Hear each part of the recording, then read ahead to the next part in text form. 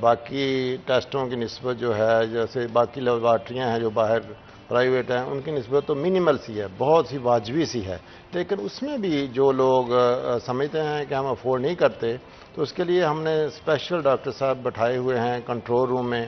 اگر ان سے بھی وہ کوئی ان کو وہاں پہ نہ انٹرٹین کر سکے پراپر یا کسی کو شکایت ہو یا کوئی مسئلہ ہو تو پھر میرے جو ہیں دروازے وہ میں تو کھول کے بیٹھتا ہوں، آگے بتائیں. اور اسی وقت آج تک کبھی کسی کو کوئی یہ ایشو نہیں ہوا کہ میرے ٹیسٹ نہیں ہو رہے. ڈاکٹر صاحب لیبارٹری جو ہوتی ہے نا یہ بڑا state of the art work کرتی ہے اور وہاں پہ ٹرو فالس کے چانسز کیونکہ بہت ہائی ہوتے ہیں اس لیے اسے بڑا مینیجیبل وے میں لے کے چلا جاتا ہے. معذرت کے ساتھ بہت دفعہ مجھے ذاتی طور پہ اس چیز کا ایکسپیرینس ہوا کہ جو ہاسپٹلس گورنمنٹ ہاسپٹلس چاہے وہ الائڈ ہوں الائڈ 2 ہو ان کے اندر جب ٹیسٹ کیے جاتے ہیں نا ان کی کوالٹی وہ نہیں ہوتی جو پرائیویٹ لیبس کے اندر کی جاتی ہیں.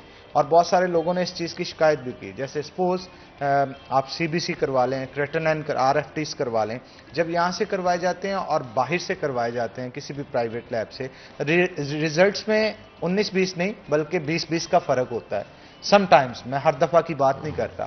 تو میرا خیال ہے اس کے اوپر آپ کو نہیں لگتا کہ کیا ٹیم کے اوپر چیک اینڈ بیلنس رکھنا چاہیے یا کوئی چیک اینڈ بیلنس آپ رکھتے بھی ہیں تو کس طرح سے رکھتے ہیں؟ کیسے پتہ چلے گا کہ وہ سب کچھ ٹھیک پرفارم کر رہے ہیں؟ جہاں تک ٹیسٹ میں فرق کا تعلق ہے باہر کی لیبارٹری میں اور ہمارے ٹیسٹوں میں یہ لازمی نہیں کہ فالٹ جو ہے وہ گورنمنٹ لیب میں ہی ہو.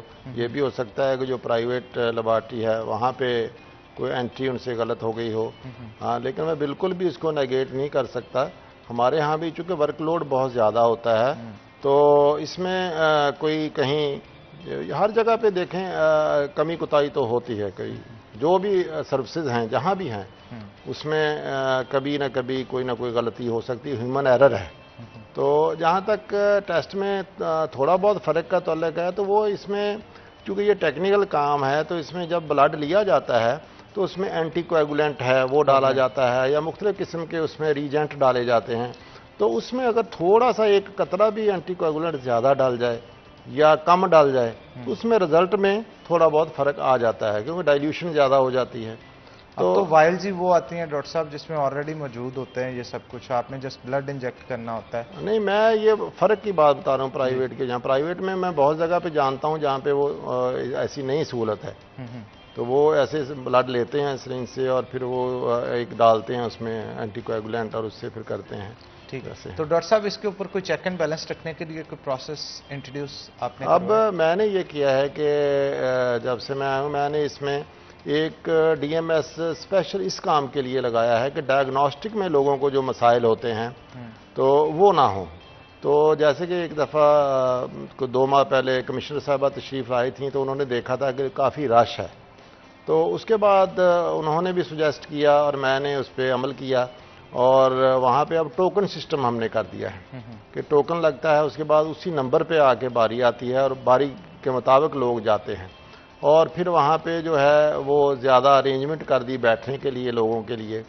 اور اس کے علاوہ ایک DMS جو ہے وہ اسپیشل اس کام کے لیے لگایا کہ وہ سارا چیک کرتا ہے ڈائگنوسٹک کو کہ بھی کہاں پہ لوگ موجود نہیں ہیں، ٹائم پہ آ رہے ہیں ٹائم پہ جا رہے ہیں، ٹیسٹ جو ہیں ہو رہے ہیں، کہیں پہ کوئی کوتاہی تو نہیں ہو رہی، لوگ اپنی ڈیوٹی پہ بیٹھے ہیں، پراپر یونیفارم میں ہے، کوئی ان سے ایکسٹرا چارج تو نہیں کر رہا یا کوئی ویسے چارج تو نہیں کر رہا جہاں پہ فری میں لکھا ہوا ہے.